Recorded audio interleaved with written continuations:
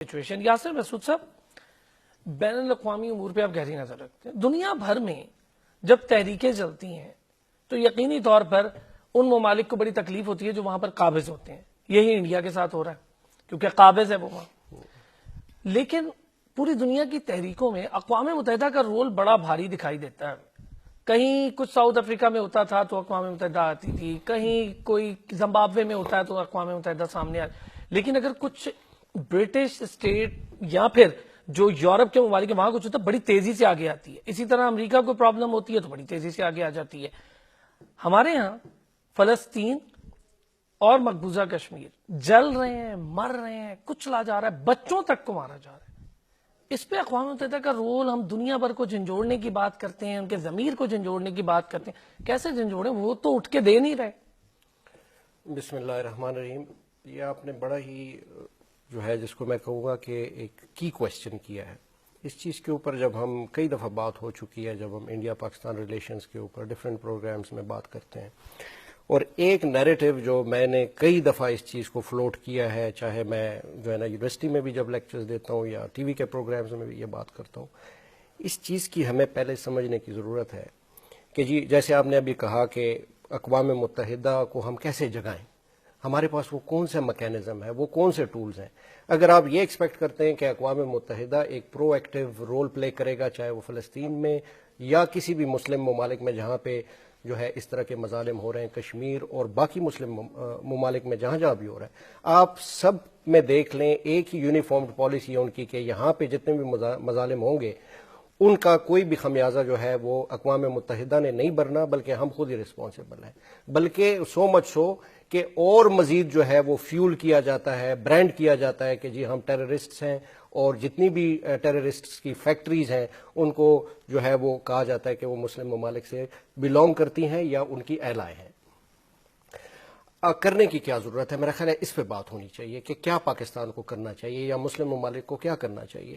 اب دیکھیں، ہم تو یہ جو نیریٹو ہے یہ پوری دنیا تک پہنچا رہے ہیں. پچھلے دنوں بلکہ کچھ عرصہ پہلے یونائٹڈ نیشنز نے اس چیز کو ایٹ لیسٹ ایکسیپٹ کر لیا ہے for the first time in the history کہ کشمیر میں مظالم ہو رہے ہیں اور انڈیا اس جتنے مظالم کر رہا ہے انڈیا اس کا رسپانسبل ہے. تو میرا خیال ہے کہ اس چیز کی ایکنالجمنٹ صرف کافی نہیں ہے جب تک وہ پرو ایکٹیولی یہاں اس کے لیے کچھ کیا جائے.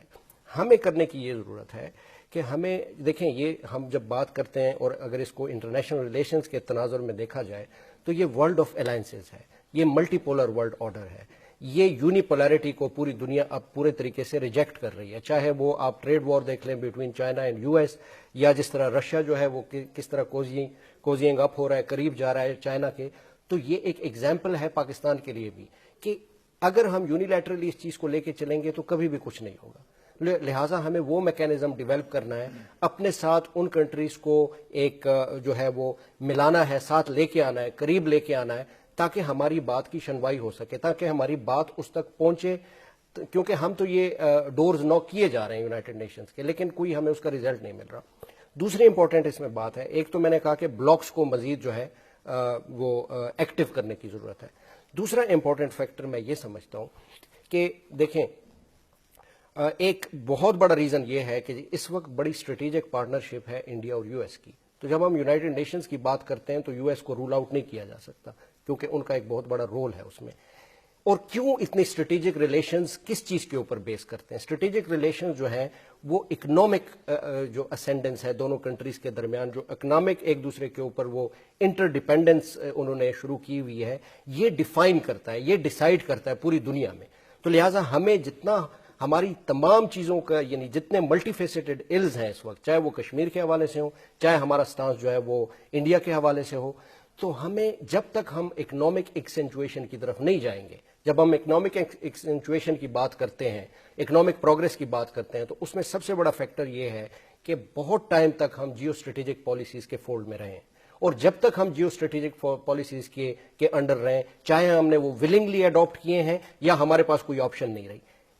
For the first time Pakistan نے یہ ٹرن لیا ہے ٹورڈز جیو اکنامک پالیسیز کا، جس میں پورا جو ہے وہ بیلٹ اینڈ روڈ انیشیٹو کے تھرو جو چائنا پاکستان کوریڈور آیا ہے. تو اس پہ فوکس کرنے کی ضرورت ہے. ہم جتنے زیادہ جیو اکنامک پالیسیز پہ فوکس کریں گے تو اس کے بینیفٹ جو ہیں وہ کئی زیادہ ہیں. ایک اکنامک پراسپیرٹی آئے گی اور آپ کی اسٹریٹجک پارٹنرشپس کے لیے ڈورز اوپن ہوں گے. جب اگر انڈیا یو ایس کے ساتھ کر سکتا ہے, ہمیں ری الائن کرنے کی ضرورت ہے رشیا کے ساتھ اور دیگر ممالک کے ساتھ. تو اکنامک پروگرس جب آئے گی وہی ٹائم ہوگا کہ آپ کی بات سنی جائے گی. تو اگر اکنامک پروگرس نہیں ہوگی, ہم اسی طرح ڈورز ناک کرتے رہیں گے اور ریزلٹس یہ ہوں گے جو آج ہم دیکھ رہے ہیں.